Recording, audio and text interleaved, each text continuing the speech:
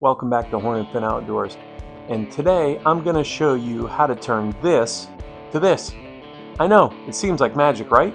But it's really not. It's very simple. And if you check the comments and description of this video, I'm going to post links so you can find all the materials that I'm going to use to show you how to do this and make it easier for you so you can buy everything in one place. So let's get started. Let's spool this up with some steel line so we can get to fishing.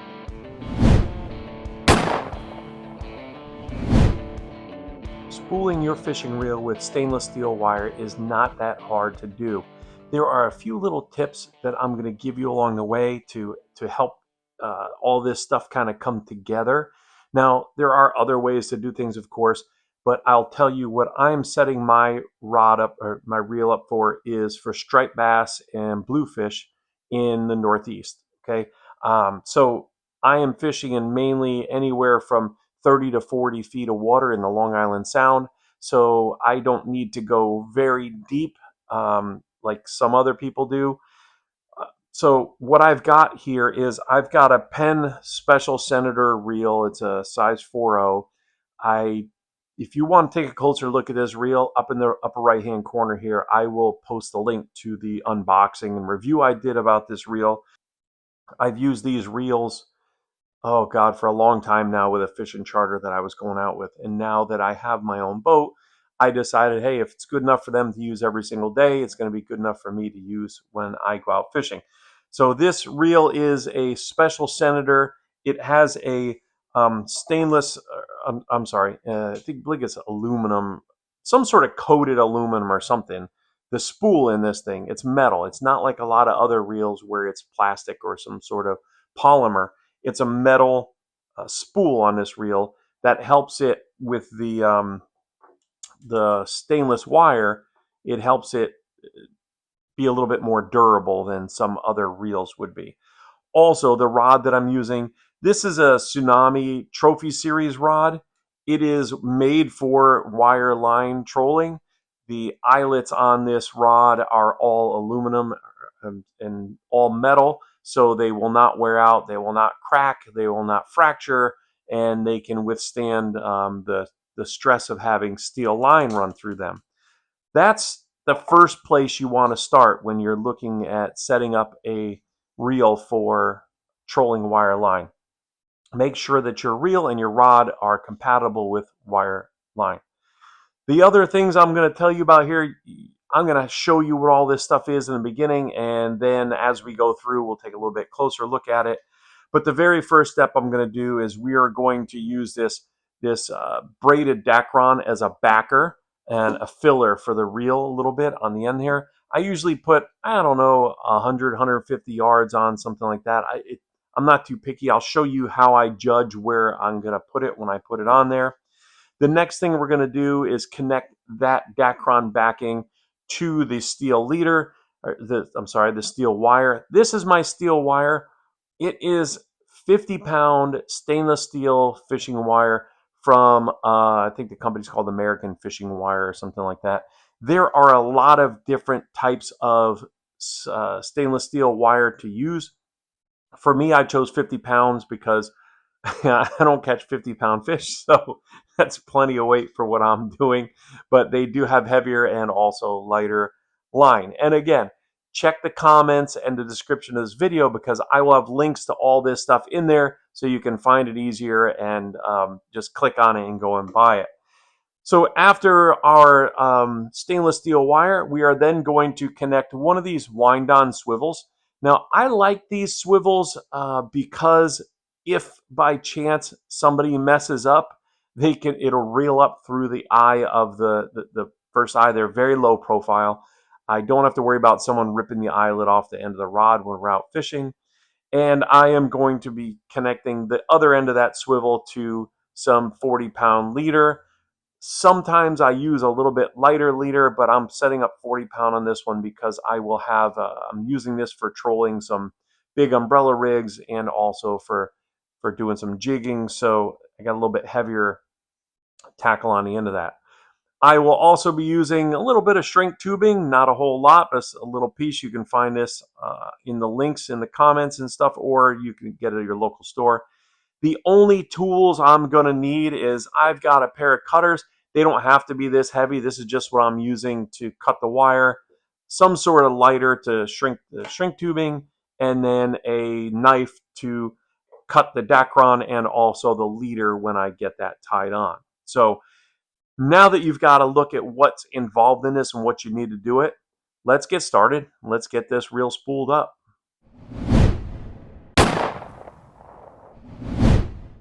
We're ready for step one in this process, and that is to put the backer on the reel. One thing I do like about this Penn reel for what I'm doing here is, I don't know if you can see it, but there's a little like knob inside on the spool. So it's very easy to spool this, to start spooling this reel. So what we're going to do is we're just going to take this Dacron that I have, and all I'm going to do is just tie a loop into it. That's it. So very, very simple loop. And that loop is just going to hook on that little knob that's on the spool. So this loop here, we're going to hook this loop onto the little knob on the spool and get going. So that's it, just a loop. Now it is a little thick, but when I start winding the line on there, I'm going to adjust it to kind of even everything out. I also want to cut off the tag end of this, get it out of the way there. And when I'm spooling a reel, I like to run the line down through the guides of the rod. To me, the way I do it just makes life easier. Some people will spool the reel without having the without even having the rod mounted, the reel mounted to the rod. So all I'm going to do is I'm going to hook that Dacron onto the little knob that's in there till it catches, and now I can start spooling this reel up. This reel, oh, it just fell off there. I'm trying to show you this and do it at the same time. Okay, it's on there. So I'm going to start spinning this around here. Now, this reel does not have a level wind to it, so it's going to be a little bit funky for me to work on it and try and hold it the way I want you to see it.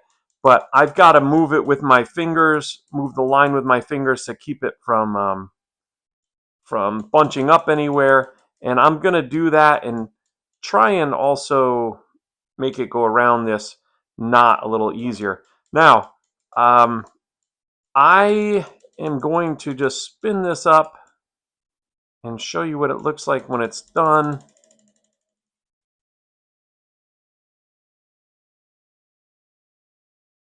Okay, so my Dacron backing is installed, and as you can see here, I kind of evened everything out so it's nice and level. And the way I decide where I want to stop this is when the line is pulled snug, I just want to make sure that there is clearance between the line and the reel. Okay, so as long as I've got, it looks like I've got about a 1/4 inch of clearance there. As long as I've got some clearance between the line and the reel, then I know that I've got enough backing on there for what I'm going to be doing, and then I can start getting ready to put my braid on, start getting ready to put my wire on. We're ready for the next step, and all I'm going to do now to connect this to my steel is I'm just going to tie another loop in the end here, just like I did in the beginning. And now I have a nice little loop, and I'm going to again cut the tag end off of there. Just for your information, there are other ways to attach your backing to your wire. I am not concerned with my wire and my backing having a really good knot or a swivel to connect them, because my backing, this loop is just going to hold that wire onto my reel. That's it. I'm never going to hit a situation where I'm going to get spooled, so I have to worry about this connection. All I need this loop to do is to hold my wire on to the reel. And now we're going to get ready to spool the wire. So I have my wire here. This is my wire, and it is very easy to work with. If you've done any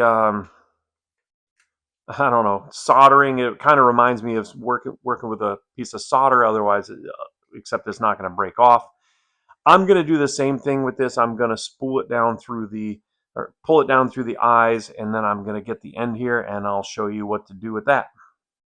So here's the end of my wire, and I pulled it down through the eyelets to make life a little bit easier for me. But what I'm going to do is I'm just going to take my piece of shrink tubing. You only need about an inch or 3/4 of an inch of shrink tubing.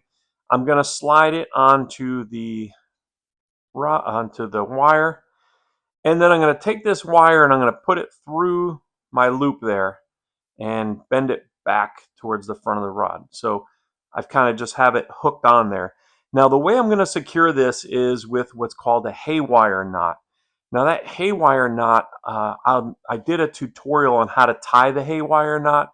So if you look up in the upper right hand corner, there's going to be a link there, but I'll go through it fairly quickly here, and so you don't have to leave this video to check that one out. But so the haywire knot is basically just taking your two pieces of wire and twisting them together.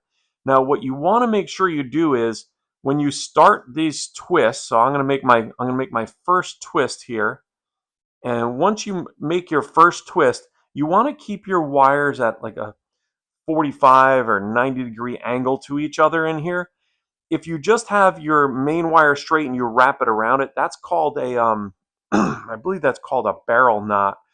That is prone to slipping. So the haywire knot, as you're twisting this around, you're going to keep putting your wires out at a 45 degree. Now this is kind of annoying because I've got it all hooked together here, but you're going to keep that wire at a 45-degree angle while you're twisting, and that's going to lock your wires together.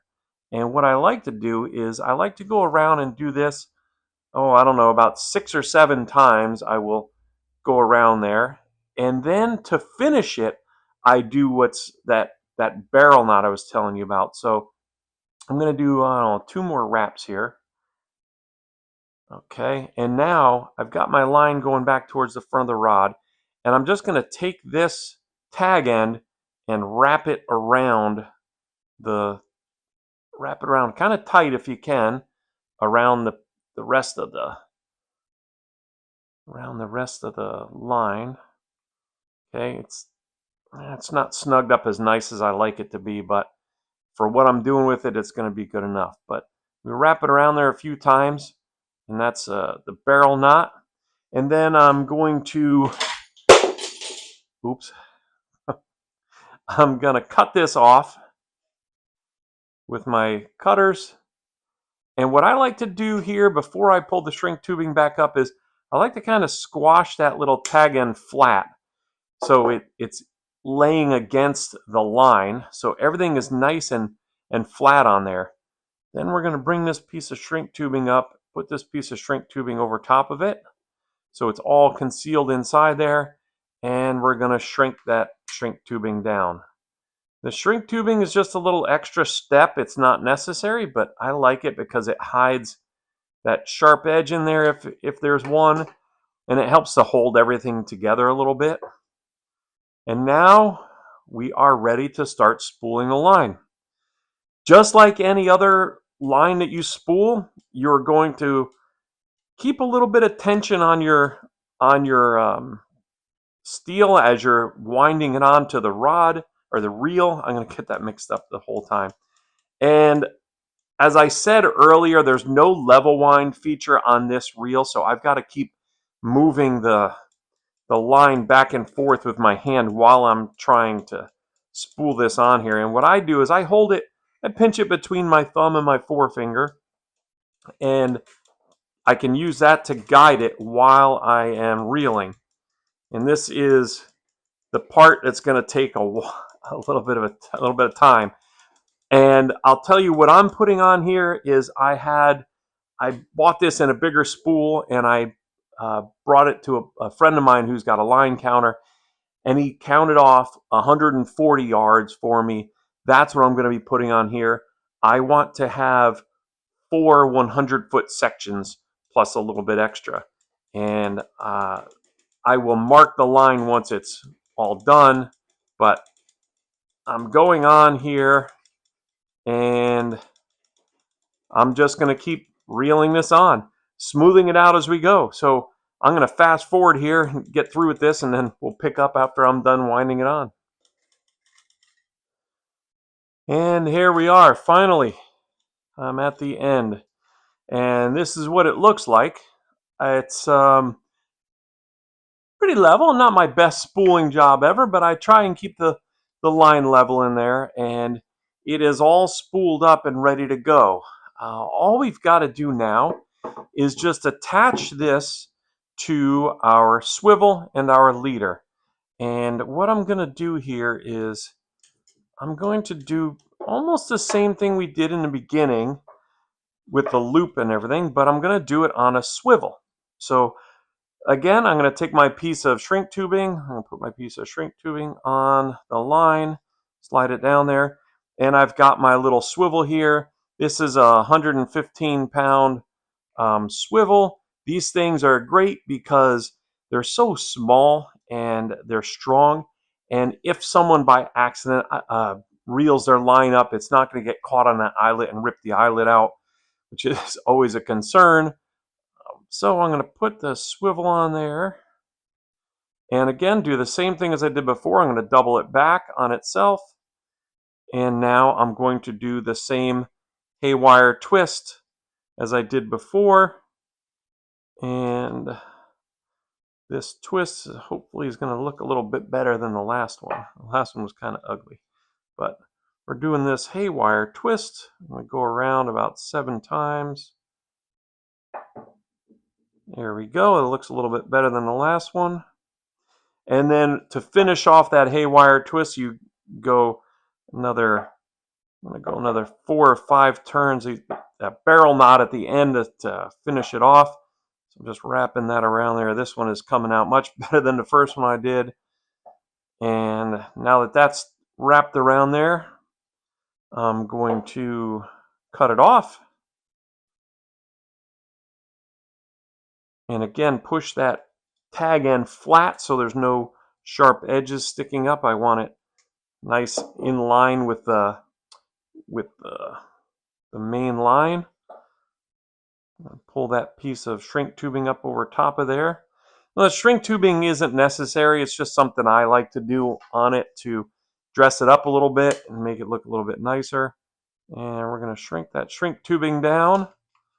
And there we go. We got our swivel on there. It's a swivel that will reel up through the eyes. We got it dressed up nicely with the shrink tubing. The line is on there. The last step now is just going to be to attach my leader to this. Leader again is it's up to whatever you want as for a leader. I'm using a 40-pound leader here, and I will probably put about 7 or 8 feet of leader on this line. Some people use a short leader, some people use a long leader. All depends what you're fishing for, where you're fishing, and how you're set up. But the only thing left to do is just hook this leader on here and then my terminal tackle on the end, and we are all set. And that is it. See how easy it can be? It doesn't take much to do this, and you get your reel looking nice and neat on your own. And I kind of enjoy it. I don't know, I've been spooling my own reels since I was a kid. Spooling it with steel is something new, but it's not that hard to do. It's almost the same thing as doing it with regular line.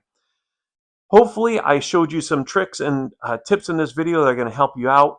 Remember those links at the end of this video in the comments in the description.